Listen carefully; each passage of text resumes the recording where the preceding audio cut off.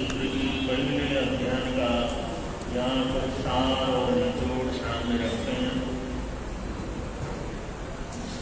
आज आशोज की संक्रांति का दिवस है। कार्तिक की जो संक्रांति का दिवस है और इस पुण्य दिवस में आदिनाथ भगवान और महावीर स्वामी का दोनों ही पहले तीर्थंकर और विष्णु तीर्थंकर की आराधना साधना यहाँ पर प्रारंभ हुई है। जो उत्तराध्याय के सूत्र भगवान महावीर स्वामी की अंतिम पावनी वाणी है, इसका नाम विनय सूत्र है और इसका सार संक्षेप जो हमेशा आप लोग याद रख सकते हैं, इसका सार संक्षेप है मथेड़ मंदानी और जय जिनेन्द्र। क्योंकि ये विनय सूत्र है,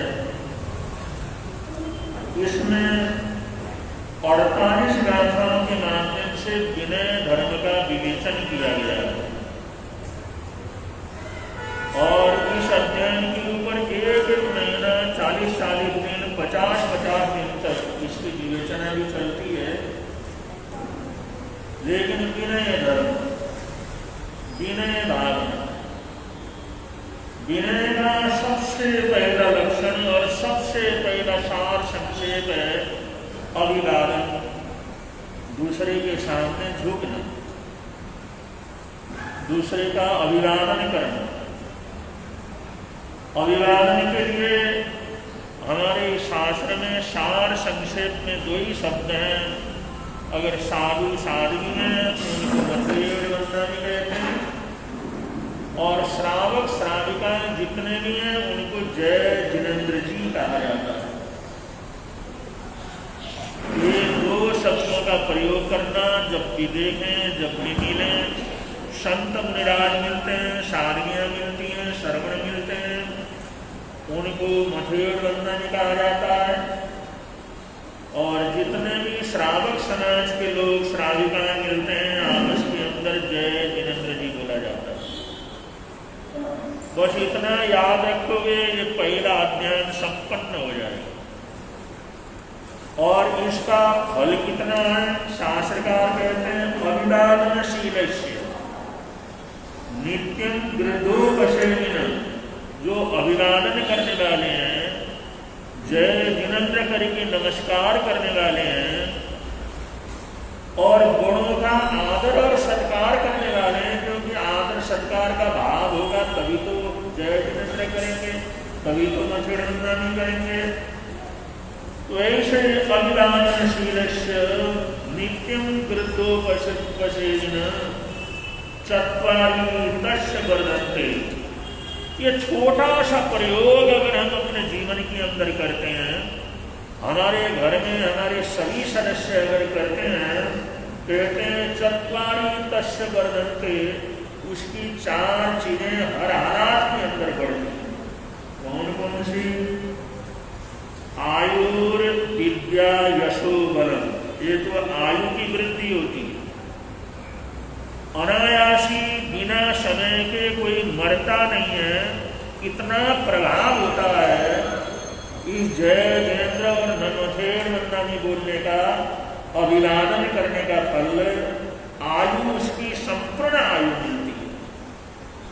कैसे भी दुर्घटना हो लेकिन उसके अंदर उसका बचाव होता है। आयु विद्या, उसकी बुद्धि जो है बढ़ती है। बुद्धिर्यस्य बलम तस्य, जिसकी बुद्धि अच्छी हो वो हर चीज का समाधान प्राप्त कर सकता है। ये अभिवादन करने से विद्या की वृद्धि होती है, यश बढ़ता है। और चौथा बलम, उसका आत्मबल बढ़ता है। अब ये छोटे से प्रयोग से इतना बड़ा फल अगर हमारे को मिलता हो तो इसमें क्यों चूकना चाहिए। आयुष्य बढ़े, विद्या बढ़े, यश बढ़े, बल बढ़े, ऐसा छोटा सा प्रयोग और उससे चार चार इतनी अद्भुत चीजों का जीवन के अंदर बढ़ना, ये अद्भुत है चीज है, आश्चर्यजनक चीज है। और ये भगवान महावीर स्वामी का प्रसाद है, जो उन्होंने दिया है। इसको जरूर जब भी मौका मिले इसका प्रयोग जीवन के अंदर कर लेना चाहिए। दूसरा अध्याय है परिचय पर विभक्ति। इसके अंदर यह है, भगवान महावीर स्वामी ने कहा कि कहीं भी संयम की आराधना, साधना, तप, जप, दान, पुण्य कुछ भी करने चलोगे तो उसके अंदर रुकावट तो जरूर आएंगे, परेशानियां जरूर आएंगे, तकलीफ जरूर आएंगे। लेकिन वो तकलीफ दो तरह के होते हैं, एक सुख के रूप में और दूसरा दुख के रूप में। दुनिया के सभी लोग तो कहते हैं सुख प्राप्त करने के लिए तो सब कुछ कर रहे हैं, लेकिन भगवान महावीर स्वामी कहते हैं साधक के लिए सुख भी रुकावट है और दुख भी रुकावट है। दुख मिलता है, भूख लगती है, प्यास लगती है, मच्छर लगते हैं, ठंड लगती है, भयंकर डर पैदा हो जाता है, शेर आ जाता है और परेशानी होती है, रोग वगैरह लगते हैं, तब तो रुकावट होता ही है।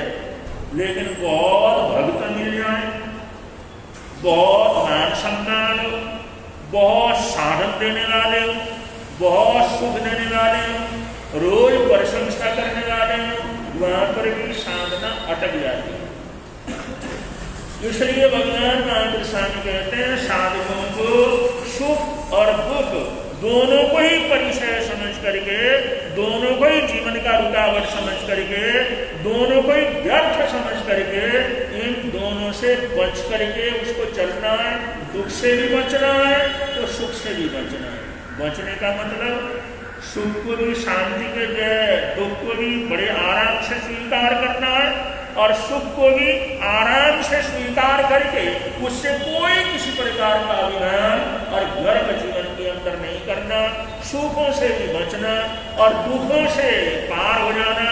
इस प्रकार भगवान महावीर स्वामी ने इस दूसरे अध्याय में बड़े विस्तार से 52 गाथाओं के माध्यम से इन परिसरों का वर्णन किया है। और इसको जानना, पहचानना, जीवन के अंदर पालन करना, याद रखना साधु साधवियों के लिए कितना आवश्यक है, कितना आवश्यक है, ये सब इस अध्ययन के अंदर बड़े विस्तार के साथ वर्णन किया गया है। और इनको शीत परिचय, उष्ण परिचय भी कहते हैं। बहुत से लोग दुख से गिरते हैं और बहुत से लोग सुख से भी गिर जाते हैं। अगर कोई आदमी के पास पहले पैसा नहीं है, मान सम्मान नहीं है, तो अच्छा रहता है। जब पैसा बहुत मिलता है तो बुरी आदतें आ जाती हैं, बुरे व्यसन आ जाते हैं, वो उसके लिए रुकावट हो गया धार्मिक जीवन के अंदर। तो ऐसे में कुछ सुख है, कुछ दुख है, तो रुकावट के रूप में उन सब का विवेचन 48 गाथाओं के माध्यम से इसके अंदर किया गया है। आप जब कभी भी मौका मिले तो इन दिनों के अंदर इसका पारायण कर सकते हैं, इनको स्वाध्याय कर सकते हैं, इनको पढ़ सकते हैं। अगर प्राकृत में न पढ़ना चाहें तो हिंदी का रूपांतरण उसके अंदर पढ़ सकते हैं। और इन दिनों के अंदर ये पढ़ना हमारे लिए बहुत श्रेयस्कर कार्य है, इसलिए जरूर कुछ न कुछ करने का प्रयत्न करना चाहिए। आज हमारी सभा में ठेठ लुधियाना का संघ यहाँ पर आया हुआ है। लुधियाना शिवपुरी में धर्म प्रभावक श्री अचल मुनि जी महाराज साहब, भरत मुनि जी महाराज साहब विराजमान है और बहुत अच्छा चतुर्मास वहाँ पर चल रहा है। शिवपुरी और आसपास के लोग भरपूर संतों का लाभ ले रहे हैं, प्रवचन और कार्यक्रमों का लाभ ले रहे हैं।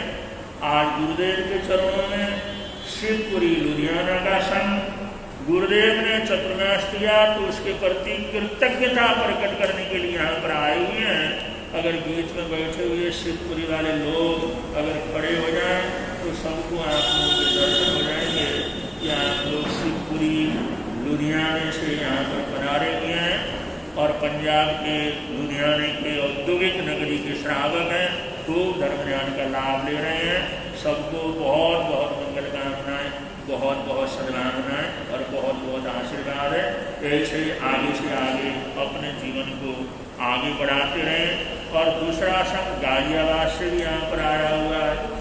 गाजियाबाद में पंडित विचक्षण मुनि जी महाराज साहब खाने 3 से यहाँ पर विराजमान है। पंडित विचक्षण मुनि जी महाराज साहब, जागृत मुनि जी महाराज साहब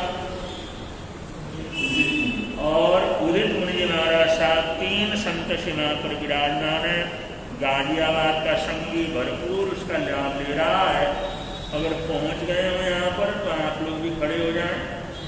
अभी शायद गाजियाबाद वाले यहाँ पर नहीं पहुँचे कुछ बरसात वगैरह के कारण से, तो वहाँ पर चतुर्मास हो रहा है। आज उन लोगों ने यहाँ पर आना था, उनको भी बहुत बहुत मंगल कामनाएं देते हैं। और आप सभी लोगों को जो लगातार चतुर्मास में लाभ ले रहे हैं और चतुर्मास से प्रारंभ से लेकर के अब तक लगातार ये जो प्रवचन हाल भरा रहता है। और भक्तांबर के सिर्फ भक्तांबर की आराधना में, अब जो उत्तराध्याय की आराधना में बढ़ चढ़ के आप लोग लाभ ले रहे हैं। और 8 बजने से पहले यहाँ पर पहुंचने का प्रयत्न करते हैं।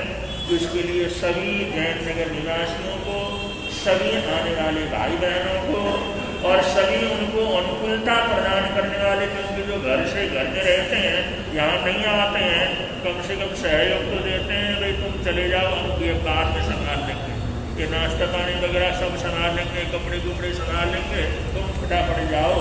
तो सहयोग करने वाले परिवार के सभी सज्जनों को, उनको भी बहुत बहुत मंगल कामनाएं देते हैं, बहुत बहुत सद्भावनाएं देते हैं। और आज संक्रांति का दिवस है।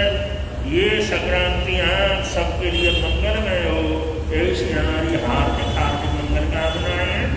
आज 17, 10, 21 का रविवार का दिवस है। और आज कन्या राशि से निकल करके सूर्य तुला राशि के अंदर प्रवेश कर रहे हैं। और कन्या राशि से तुला राशि के अंदर प्रवेश करते हैं तो तुला राशि के साथ साथ जैसे ही तुला राशि में सूर्य का प्रवेश होता है, उसी के साथ साथ कार्तिक का महीना प्रारंभ हो जाता है। ये चतुर्मास का आखिरी महीना प्रारंभ हो गया है। और 3 महीने कैसे बीत गए, किस तरह से बीत गए, कुछ पता नहीं लगा। वैसे तो उससे 2-3 महीने पहले भी गुरुदेव यहाँ पर पधार गए थे, लेकिन समय इतना फास्ट और इतना कुछ भी समझ में नहीं आया। इतने जल्दी से जल्दी इतना समय व्यतीत हुआ। ये 4था महीना आज प्रारंभ हो जाता है। ये कार्तिक का महीना सबके लिए मंगलमय हो, ऐसी हार्दिक हार्दिक मंगल कामनाएं हैं, हार्दिक हार्दिक सद्भावनाएं हैं। और इस महीने का विशेष रूप से जाप है नमोत्थुनम समनस्य भगवो महावीरस्य।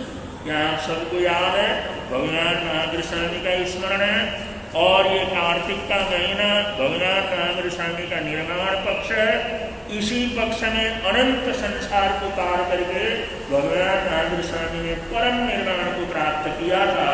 इसलिए इसका जितना भी जाप करेंगे, सुबह शाम सोते जागते कभी ध्यान आए, नमोत्थुनम समनस्य भगवो महावीरस्य, नमोत्थुनम समनस्य भगवो महावीरस्य। इसका ज़्यादा से ज़्यादा जब कभी भी मौका मिले, जब कभी भी खाली हो, तो आप लोग नाम स्मरण करते रहें, जिससे कार्तिक का महीना आप लोगों के स्वास्थ्य के लिए, आप लोगों के घर परिवार के लिए, आप लोगों के काम कारोबार के लिए और आप लोगों की धर्म वृद्धि के लिए सौभाग्य कारक सिद्ध हो। और आप सबकी मनोकामनाएं पूरी हों, सभी आवश्यकताएं पूरी हों। धर्म ध्यान में आगे से आगे आप लोग लगे रहें। ऐसी हार्दिक हार्दिक मंगल कामनाएं और हार्दिक हार्दिक सद्भावनाएं करते हुए कार्तिक के महीने की हार्दिक शुभकामनाएं देते हैं। और कार्तिक का महीने का आज पहला प्रविष्टा है। और जैसे 1 तारीख होता है, यहाँ पर प्रविष्टा बोला जाता है,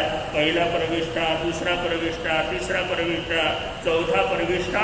तो आज जो है कार्तिक का महीने का पहला तारीख है, पहला प्रविष्टा है। ये दिन सबके लिए मंगलमय हो, ऐसी हार्दिक हार्दिक सद्भावनाएं, हार्दिक हार्दिक मंगल कामनाएं। इन्हीं मंगल कामनाओं के साथ बड़े प्रेम से